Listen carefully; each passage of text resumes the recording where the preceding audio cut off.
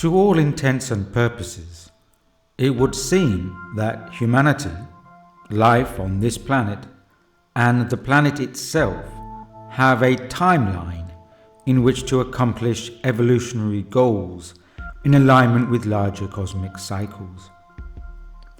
According to various investigations into Earth cataclysms, there are regular intervals where great upheaval is experienced upon the Earth, often accompanied by a magnetic reversal, or what is generally referred to as a pole flip. These geomagnetic reversals are said to be related to when our solar system passes through a particular portion of galactic space. One perspective is that there are regions of extremely low magnetic fields, sometimes called null zones, that precede geomagnetic reversals. Another perspective, gaining popularity, is that around every 12,000 years or so, our solar system passes through an energized portion of galactic space known as the galactic rift or galactic sheet. This zone of heightened energy is a catalyst for triggering these periodic pole shifts upon the Earth. These are very brief allusions to various forms of cataclysmic perspectives. What can be proposed, without little doubt, is that the Earth goes through periods of relative calm, cosmically speaking, interspersed with cyclical interventions that bring great upheaval. Within these periods of relative calm, which span in thousands of years in human Earth time, such as 12,000 years, various human civilizations rise and fall, and the human species has the opportunity to reach particular evolutionary goals. Presumably, these evolutionary goals for the human species are then either reset, repeated, or transcended after a cosmic intervention of great upheaval. There is reason to suppose that within the last 1,000 years especially, there have been efforts to assist in the raising of human consciousness to a greater level than previously during this particular window of cosmic opportunity.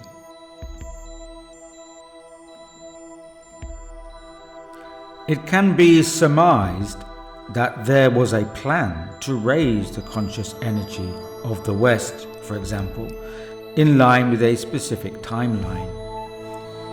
A certain modicum of information and knowledge had to be made available for people to have access to materials suited to their own mental development.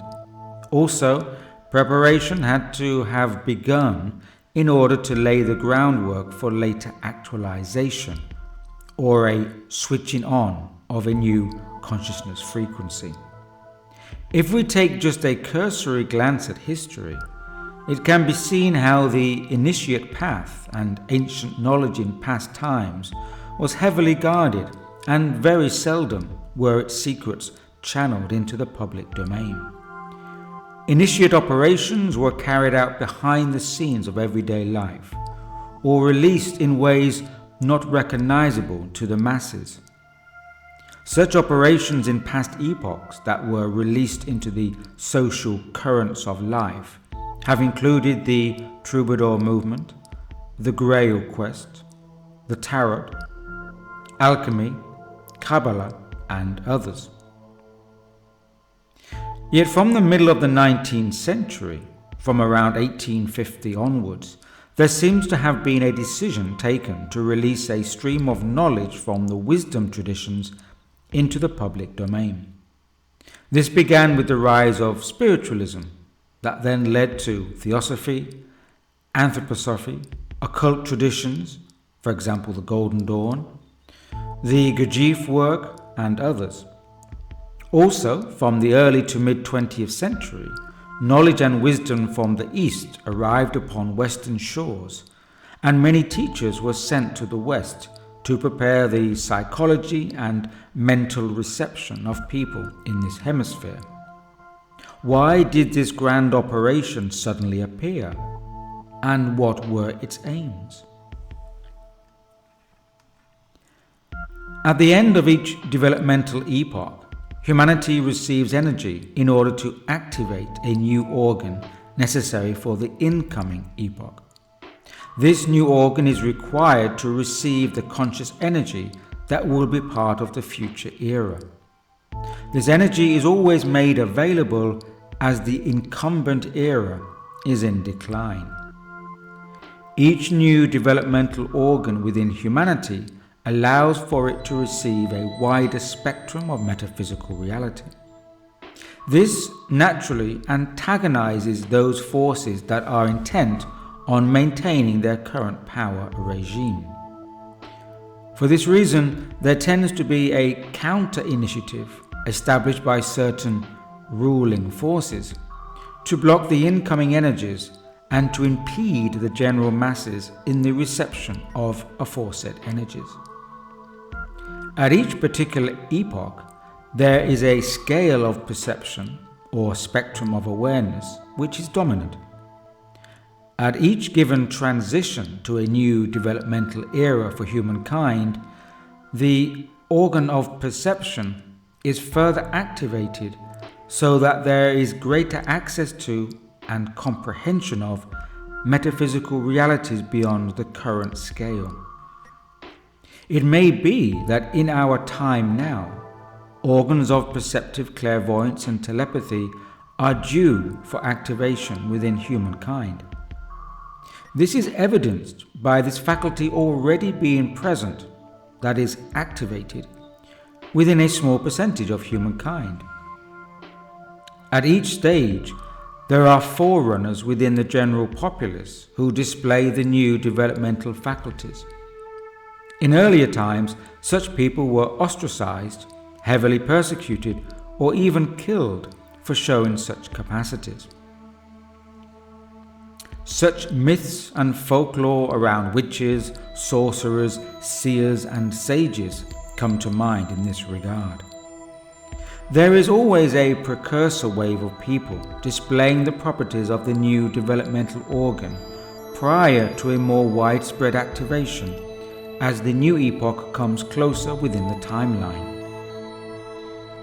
In each stage of human history, there have been superstitions regarding such people, or the presence of such abilities. And yet in later times, people look back upon these superstitions and laugh at their primitive nature. Also, as people in past time did not have the capacities to access direct spiritual truths, and because it is a natural law that spiritual truths must be always made available to people, such wisdom was placed into human cultures through the way of myths, stories, legends, folklore, and fairy tales, etc. Cultural dissemination of metaphysical knowledge thus had to be made via particular mediums or vehicles that were either co-opted or established specifically for these means. Again, such vehicles as the Kabbalah, occultism, ceremonial magic, esoteric schools, etc., can be seen as transmissions of metaphysical knowledge alongside others that took a more indirect path and may have emerged as cultural events and artistic movements. It also happens that within the transitional period, there is increased social and cultural friction, for such energetics may assist in the activation of the developmental organs. As Jalaluddin Rumi stated as far back as the 13th century, quote, "New organs of perception come into being as a result of necessity. Therefore, O man, increase your necessity so that you may increase your perception." End quote. There will be those people who are able to create the necessity by a force of will or inner drive. Yet for the majority of people, an external event or series of impacts, perhaps chaotic attractors, may be required. It is these external impacts that frequently cause friction and upheaval yet their presence is necessary, albeit unrecognized by most people at the time. Transitions between significant epochs within the life of humanity are thus often viewed as turbulent, and this is generally considered to be due to random or purely physical events with no metaphysical intention behind them. At the same time, there is always a portion of the populace who are unable to pass the threshold of the epoch in terms of aligning with the frequencies of the incoming developmental impulse.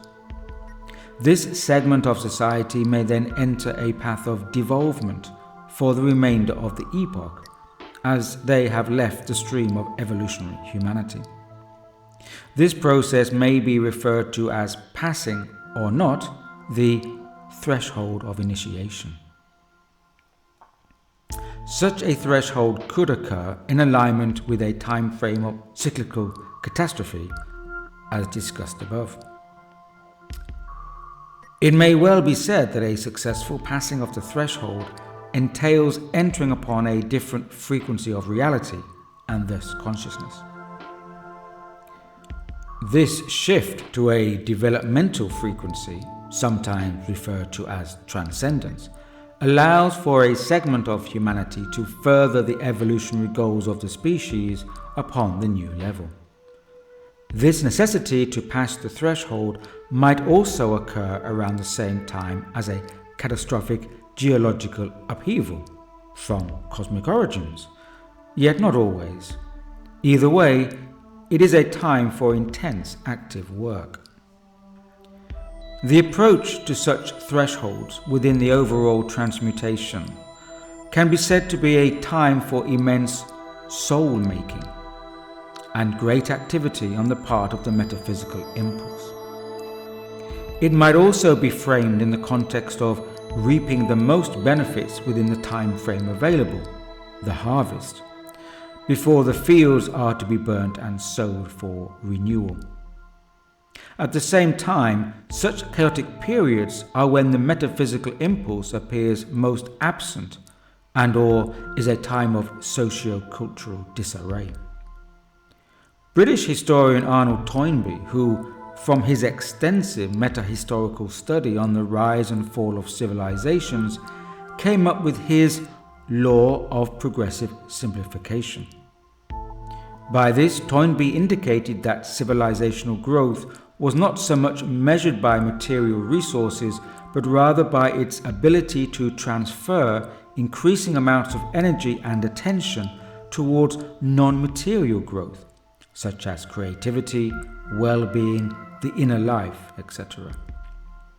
Toynbee also coined the term etherealization to describe the historical process whereby a society learns to accomplish the same or more using less time and energy. This period of etherealization suggests a focus on metaphysical pursuits at the expense of deepening materialism. However, when materialistic pursuit becomes the overriding and dominant focus, then this suggests a downturn into a period of civilizational decline.